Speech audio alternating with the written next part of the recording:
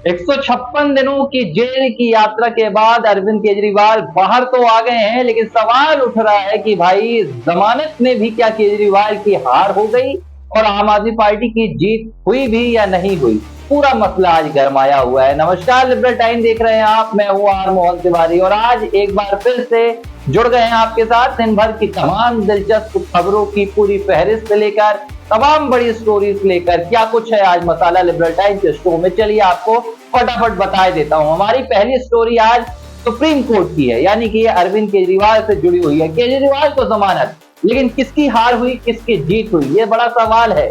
भाजपा और आम आदमी पार्टी के बीच चर्चा चल रही है कि जीता कौन भाई, हारा कौन भाई, क्यों हो रहा है ऐसा, बात करेंगे विस्तार से। अब अगली स्टोरी हमारी कौन सी है?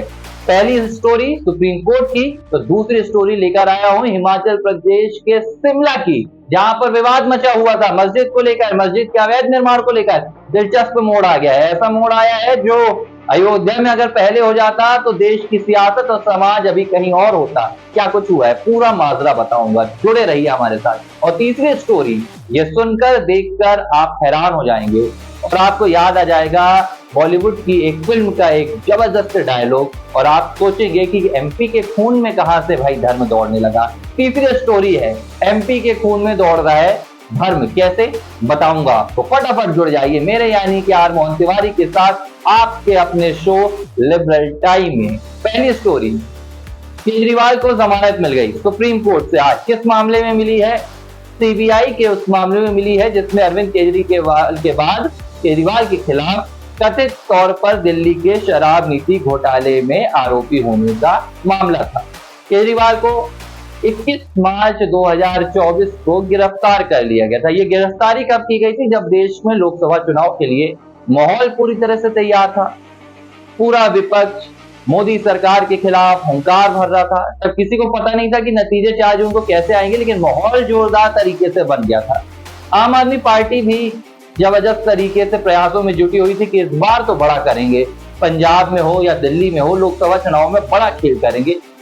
लेकिन चुनाव से ठीक पहले 21 मार्च को अचानक केजरीवाल के घर ईडी पहुंचती है और कथित शराब नीति घोटाले के मामले में उन्हें गिरफ्तार कर लेती है। 10 दिन पूछताछ चलती है। 1 अप्रैल को अरविंद केजरीवाल को न्यायिक हिरासत के बाद सीधे भेज दिया जाता है तिहाड़ जेल, और इस जेल का सफर खत्म हुआ है आज, यानी कि आज अरविंद केजरीवाल तिहाड़ जेल से बाहर आए हैं। अब अरविंद केजरीवाल का ये पूरा सफर कैसा कटा, सबने देखा। कहीं अरविंद केजरीवाल के स्वास्थ्य के मसले सामने आते रहे, कभी उनकी शुगर लो अप होती रही, कहीं उनके बीपी का मसला सामने आया। इस दौरान अरविंद केजरीवाल की पत्नी यानी कि सुनीता केजरीवाल की सियासत में एक एंट्री हुई, सोनिया गांधी के बगल में उन्हें जगह मिली, तमाम तस्वीरें बनी। लेकिन आज अरविंद केजरीवाल को आखिरकार जमानत मिल गई है। 156 दिन उन्होंने जेल में बिताए। हालांकि इससे पहले 10 मई को उन्हें लोकसभा चुनाव में प्रचार के लिए मोहलत भी दी गई थी, 20 दिन की 21 दिन की रिहाई दी गई थी, और इसके बाद 2 जून को अरविंद केजरीवाल ने सरेंडर कर दिया था। तो ऐसा उनका सफर रहा। और 5 सितंबर को अरविंद केजरीवाल के पूरे मामले को लेकर सुप्रीम कोर्ट ने अपना फैसला सुरक्षित रख लिया था, जो आज सुनाया गया है। अब आज जब सुप्रीम कोर्ट ने फैसला सुनाया है तो सुप्रीम कोर्ट का फैसला इस बात के लिए कहीं ना कहीं नजरअंदाज नहीं किया जा सकेगा कि सुप्रीम कोर्ट की ये फटकार भी रही, सीबीआई को भी रही, और कहीं ना कहीं बिना कहे केंद्र सरकार को भी रही। और इसी फैसले के शब्द अरविंद केजरीवाल की हार और जीत के रास्ते भी बता रहे हैं। क्या कुछ कहा है सुप्रीम कोर्ट ने, पहले ये जान लीजिए। अरविंद केजरीवाल को आज डबल बेंच ने जो फैसला सुनाया है, ये डबल बेंच के द्वारा सुनाया गया है। इसमें एक जस्टिस उज्जवल हैं और दूसरे जस्टिस सूर्यकांत हैं। अब जस्टिस सूर्यकांत ने केजरीवाल की जमानत की जो जमानत का जो विरोध है वो उन्होंने किया था, यानी कि उन्होंने कहीं ना कहीं केजरीवाल के पक्ष में फैसला नहीं सुनाया। लेकिन जो जस्टिस उज्जवल हैं उन्होंने केजरीवाल के पक्ष में फैसला सुनाया। अब दोनों जजों का अलग अलग मत सामने आया है। जस्टिस उज्जवल हैं, उन्होंने कहा कि सीबीआई के द्वारा अरविंद केजरीवाल की जो गिरफ्तारी की गई थी वो गिरफ्तारी कहीं ना कहीं उचित नहीं थी, यानी कि सीबीआई ने अरविंद केजरीवाल की जो गिरफ्तारी की है वो अनुचित थी। जबकि जस्टिस सूर्यकांत का कहना था कि ये गिरफ्तारी सही तरीके से की गई है। अब जस्टिस उज्जवल ने क्या कहा, ये आप सुनिए।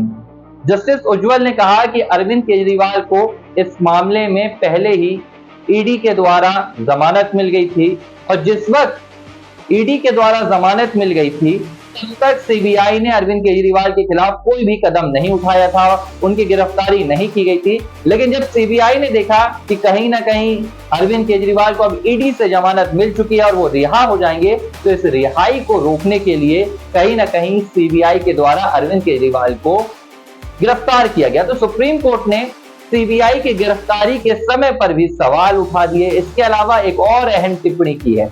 सुप्रीम कोर्ट ने एक अहम टिप्पणी की है कि कहीं ना कहीं सीबीआई को अपनी पिंजरे में बंद तोते वाली इमेज से बाहर आना चाहिए। यानी कि केंद्र सरकार की इस संस्था के जो कार्य प्रणाली है, इस संस्था का जो दायरा है, उसे लेकर सुप्रीम कोर्ट ने ये अहम टिप्पणी की है और कहीं ना कहीं ये इशारा किया है कि जो आरोप सीबीआई के खिलाफ लग रहे हैं कि कहीं ना कहीं सीबीआई केंद्र सरकार के इशारों पर काम कर रही है, सरकार के दबाव में काम कर रही है, विपक्ष ये बात खुलकर कहता है। और अब सुप्रीम कोर्ट की टिप्पणी भी इस बात की ओर इशारा कर रही है। जस्टिस उज्जवल ने कहा कि सीबीआई को अपने पिंजरे में कैद तोते वाली इमेज से बाहर आना चाहिए ताकि जनता को यह यकीन हो सके कि सीबीआई पिंजरे से बाहर वाला तोता है। साथ ही उन्होंने ऐसी कई अहम टिप्पणी की जिसने सीबीआई की निष्पक्षता पर और स्वतंत्रता पर भी सवाल खड़े कर दिए। अब सुप्रीम कोर्ट की ये टिप्पणी कहीं ना कहीं आम आदमी पार्टी और अरविंद केजरीवाल और पूरे विपक्षी खेमे के लिए जो जीत की बात हो रही है उस ओर इशारा करती है। आम आदमी पार्टी चाहे विपक्ष के तमाम नेता हो, सुप्रीम कोर्ट की इस टिप्पणी के जरिए केंद्र सरकार को घेर रहे हैं और ये बात कह रहे हैं कि जो सवाल हम उठाते रहे हैं कि सीबीआई हो, ईडी हो, केंद्र सरकार की ये जो तमाम एजेंसियां हैं ये सरकार के कहने पर काम करती हैं, राजनीतिक मंसूबों को पूरी तरह से ढालने के लिए काम करती हैं, दबाव में काम करती हैं और सुप्रीम कोर्ट की टिप्पणी यही कह रही है। तो ये एक पक्ष है जो बताता है कि केजरीवाल की जमानत में जो जीत हुई है वो विपक्ष की हुई है, आम आदमी पार्टी की हुई है, अरविंद केजरीवाल की। लेकिन अभी इस मामले में दूसरा पहलू भी सामने आया है। दूसरा पहलू क्या है? जो कह रहा है कि केजरीवाल को जमानत तो मिली है लेकिन केजरीवाल अब नाम मात्र के मुख्यमंत्री रह गए हैं। क्यों? क्योंकि सुप्रीम कोर्ट ने जमानत देते वक्त कई पाबंदियां लगा दी हैं और इन पाबंदियों के चलते अरविंद केजरीवाल की जो ताकत है, जो शक्तियां हैं, वो कहीं ना कहीं कम हो गई हैं। क्या है वो पाबंदियां? चलिए आपको ये भी बता देते हैं। दरअसल अरविंद केजरीवाल को जमानत देते वक्त वही पाबंदियां लगाई गई है, वही शर्तें लगाई गई हैं जो ईडी के मामले में जमानत देते हुए लगाई गई थी। इसमें अरविंद केजरीवाल को कहा गया है कि आप मुख्यमंत्री दफ्तर नहीं जा सकेंगे, आप सचिवालय नहीं जा सकेंगे, आप मामले से जुड़ा हुआ कोई बयान नहीं दे सकेंगे, आप सहयोग करेंगे जांच में, ट्रायल कोर्ट में आप पेश होंगे जब भी आपको बुलाया जाएगा, साथ ही आप किसी सरकारी फाइल में दस्तखत नहीं कर सकेंगे। यानी कि मुख्यमंत्री का एक काम क्या होता है? आदेश लाना, प्रदेश में बड़े बड़े फैसले लेना। लेकिन अरविंद केजरीवाल को इस पर भी अंकुश लगा दिया गया है, कह दिया गया है कि आप किसी भी सरकारी फाइल पर दस्तखत नहीं करेंगे। और इसके अलावा एक और फैसला जो लिया गया है वो ये कहा गया है कि आप उन फाइलों की पहुंच भी नहीं बनाएंगे जिनका संबंध इस कथित शराब नीति घोटाले के मामले से जुड़ा हुआ है। यानी कि पूरी तरह से अरविंद केजरीवाल के ऊपर पाबंदियां लगा दी गई है। अब इसे लेकर भारतीय जनता पार्टी के तमाम नेताओं का कहना है कि भाई ऐसे मुख्यमंत्री होने से तो अच्छा कि मुख्यमंत्री ना होते, इस्तीफा ही दे दो भाई, लेकिन नाम मात्र के लिए आप मुख्यमंत्री बने हुए हैं। अब ये मांग तो खैर भारतीय जनता पार्टी केजरीवाल की जमानत से पहले, जेल जाने के बाद, जेल जाने से पहले लगातार करती रही है, लेकिन केजरीवाल भी अड़े रहे और उन्होंने मांग पूरी नहीं की। लेकिन अगर भारतीय जनता पार्टी के इन आरोपों को देखें और केजरीवाल पर लगी पाबंदियों को देखें तो कहीं ना कहीं ये केजरीवाल के लिए भी हार है, आम आदमी पार्टी के लिए भी हार है कि केजरीवाल जमानत पे तो बाहर आएंगे लेकिन वो पूरी तरह से आरोप मुक्त नहीं हो पाए हैं, आरोपी अभी वो रहेंगे। और यही वजह है कि केजरीवाल के खिलाफ ये पूरी पाबंदियां लगाई गई हैं। तो एक तरफ खुशी है तो एक तरफ पाबंदी है, एक तरफ आम आदमी पार्टी की जीत है तो कहीं ना कहीं जो केंद्र सरकार के पार्टी है, भारतीय जनता पार्टी है, दिल्ली में विपक्षी दल जो है उसकी भी जीत मानी जा रही है। तो केजरीवाल की जमानत पर हार और जीत किस तरह से देखी गई ये हमने लिबरल टाइम के शो में आपको बताया। अब हम आपको ले चलेंगे आज की हमारी दूसरी सबसे बड़ी खबर की ओर। तो हमारी ये जो दूसरी स्टोरी है ये शिमला के संजौली के मस्जिद विवाद में आए दिलचस्प मोड़ से जुड़ी हुई है। कुछ ही दिनों पहले आपने देखा था कि शिमला में संजोली में एक मस्जिद विवाद सामने आया था। यहाँ पर मस्जिद के अवैध निर्माण को बीते दिनों, कुछ ही दिनों पहले की बात है, अवैध निर्माण को तोड़ने के लिए हिंदूवादी संगठनों ने शिमला की सड़कों पर जाकर प्रदर्शन किया था। इस प्रदर्शन पर सरकार ने आक्रोश जताया था, यानी कि लाठीचार्ज हो गया था। वाटर कैनन से भीड़ को छितर बितर किया गया था और जबरदस्त बवाल मचा था कि भाई देखिए क्या हो रहा है देवभूमि में। शिमला में मस्जिद के अवैध निर्माण को गिराने की बात हो रही है तो सरकार उन पर लाठियां बरसा रही है। अयोध्या से इसे कहीं ना कहीं कनेक्शन जोड़कर दिखाया गया कि अयोध्या में तो गोली चलवा दी गई थी और अब शिमला में सुखविंदर सिंह सुक्खू की सरकार लाठियां बरसा रही है। तो पूरा मसला पिछले 14 सालों का था, लेकिन विवाद अभी बढ़ता जा रहा था। लग रहा था कि कहीं देवभूमि के हालात भी उत्तर प्रदेश के अयोध्या जैसे तो नहीं हो जाएंगे, जहां 500 सालों तक मंदिर मस्जिद का विवाद चलता रहा। लेकिन इस पूरी कहानी में, पूरे मसले में अब एक दिलचस्प मोड़ आ गया है जिसकी उम्मीद शायद किसी को नहीं थी। लेकिन इस मोड़ के आने के बाद भी दो सवाल सामने आए हैं, दो पक्ष सामने आए। पहले क्या है दिलचस्प मोड़, ये बता देता हूं। जिस मस्जिद के अवैध निर्माण को गिराने के लिए हिंदूवादी संगठन आंदोलन कर रहे थे, सरकार के खिलाफ आवाज उठा रहे थे, अब इसी मस्जिद को गिराने के लिए खुद मस्जिद समिति नगर निगम पहुंच गई है। हाँ, सुनकर आप हैरान हो रहे होंगे, लेकिन ऐसा हो गया है, देश में हो रहा है, भारत में हो रहा है। कानों पर यकीन नहीं होगा लेकिन हो रहा है।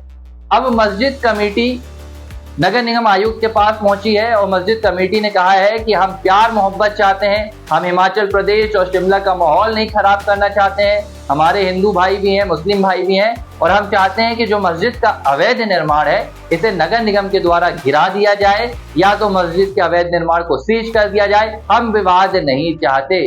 यानी कि पिछले 14 सालों से जो विवाद चला आ रहा था, जिस जमीन को शिमला की बताई जा रही थी, यानी कि हिमाचल प्रदेश सरकार की बताई जा रही थी, वहां पर ये मस्जिद बनी हुई थी। अब इसमें अदालत के फैसले के आने से पहले मस्जिद कमेटी ने ही कह दिया कि तोड़ दो, जो अवैध निर्माण है तोड़ दो, लेकिन विवाद नहीं करो भैया। जो शांति है शिमला की उसको बरकरार रखो, माहौल खराब नहीं करो। तो ये पूरा दिलचस्प मोड़ आया और जिस किसी ने भी इस मोड़ को सुना वो हैरान हो गया, बोला ये कैसे हो सकता है। हम तो कहानी सुनते आए थे कि भैया ऐसे विवाद तो खत्म नहीं होते हैं। अयोध्या का मसला 500 साल चला, काशी में मसला चल ही रहा है, तो शिमला का मसला 2 दिन में कैसे शांत हो गया। लेकिन हो गया है। अब इसे लेकर क्या बातें चल रही है, अब जब ये पूरा विवाद दिलचस्प मोड़ पर आकर खत्म होने जा रहा है तो इसे लेकर दो बातें चल रही हैं। पहली बात जो कह रही है कि जो मस्जिद कमेटी का फैसला है, जो मस्जिद कमेटी का निर्णय है, ये सराहनीय कदम है और देश की जो एक नई पहल है वो ये फैसला तय कर रहा है। यानी कि देश को एक नई दिशा दिखा रहा है कि मस्जिद और मंदिर के नाम पर जो लंबी लड़ाइयाँ चलती हैं, जिनसे लोगों का नुकसान होता है, आर्थिक नुकसान होता है, सामाजिक नुकसान होता है, इसे खत्म करना चाहिए और जो भी विवाद है उन्हें आपस में ही खत्म कर लेना चाहिए। तो ये एक पक्ष कह रहा है और एक बात निकलकर सामने आई है। अब दूसरा पक्ष क्या कह रहा है? दूसरा पक्ष कह रहा है कि ये मस्जिद कमेटी का फैसला है, ये सराहनीय तो है, लेकिन ये हिंदूवादी संगठनों की शक्ति के बाद आया है। यानी कि जो हिंदूवादी संगठनों ने प्रदर्शन किया, पूरे हिमाचल में लामबंद हुए, शिमला में एकता दिखाई गई, इस संगठनों की शक्ति का ही असर है कि जो विवाद पिछले 14 सालों से खत्म नहीं हो रहा था, देवभूमि में जो माहौल खराब हो रहा था, अब वो माहौल एकदम से पूरी तरह से शांति में हो रहा है और हिंदूवादी संगठनों ने इसे कहीं ना कहीं अपनी जीत बता दी है। तो पूरा शिमला का संजोली मस्जिद विवाद अब एक दिलचस्प मोड़ पर आकर खत्म हो रहा है। हालांकि अभी मस्जिद के अवैध निर्माण को गिराया नहीं गया है, नगर निगम आयुक्त के द्वारा 30 दिनों का समय दिया गया है। अब इन 30 दिनों के भीतर क्या होता है, अवैध मस्जिद के निर्माण को कैसे गिराया जाएगा, इस पर भी हमारी नजर रहेगी। लेकिन ये पूरा विवाद आया था और विवाद में ये दिलचस्प मोड़ आया, लेकिन अच्छा ये हुआ कि सब कुछ शांति के साथ हो रहा है। मस्जिद के अवैध निर्माण को गिराया जा रहा है। हिंदू पक्ष भी मुस्लिम जो कमेटी का ये फैसला आया है, जो मस्जिद कमेटी का फैसला आया, उसकी अब सराहना कर रहा है। तो शिमला का संजोली का मस्जिद विवाद इस तरह खत्म होते हुए जा रहा है। तो ये हमारी आज की दूसरी स्टोरी थी। अब हमारी तीसरी स्टोरी क्या है, इस ओर भी आपको ले चलते हैं और ये स्टोरी है मध्य प्रदेश के खून में धर्म का खेल। खून में धर्म, अब धर्म के नाम पर तो खूब खून बहते हुए आपने सुना होगा, देखा होगा, यहाँ विवाद हो गया, वहां दंगे हो गए, लेकिन अब खून में धर्म कैसे बह रहा है? हो गया है मध्य प्रदेश में, कहा पन्ना में हुआ है। कैसे हुआ है? एक वीडियो सामने आया है। सबसे पहले ये वीडियो आपको दिखाता हूँ कि क्या है ये वीडियो। क्या आपको समझ में आता है, जो नहीं आएगा वो मैं आपको बता दूंगा।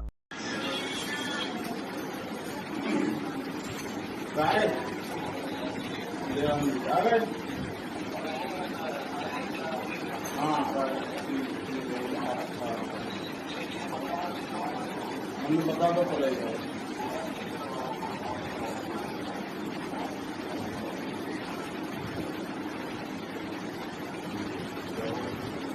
किसी ने कहा है कि उनका हाँ हमने कहा वो है हिंदू, वो हिंदू जैन मुसलमान तो नहीं प्रॉब्लम है ना। एक बार देखिए डोनर आते हैं यहाँ पर लोगों की नौकरी के चक्कर आप लिख के दे दीजिए।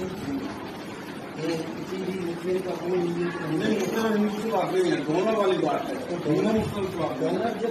तो ये वीडियो आपने देखा, वीडियो में दो बातें आपको सुनाई दे रही हैं। एक मरीज है जो कह रहा है कि मैं ये खून देना चाहता हूँ, और जो अस्पताल का स्टाफ है वो कह रहा है कि ये खून हम नहीं ले सकते, मरीज हिंदू है, खून देने वाला डोनर मुस्लिम है। ये वीडियो सोशल मीडिया पर आया तो आग लग गई। सवाल उठा कि अब क्या धर्म देखकर भी मरीजों को खून चढ़ाया जाएगा, खून पर भी हिंदू मुस्लिम किया जाएगा। तो पूरी तरह से मामला गर्मा गया। अब वो फिल्म भी याद आ गई, बॉलीवुड की फिल्म जिसमें नाना पाटेकर क्रांति फिल्म में पूछते हैं कि भाई बता खून देखकर कि ये हिंदू का खून है कि मुस्लिम का खून है, जवाब नहीं मिलता है।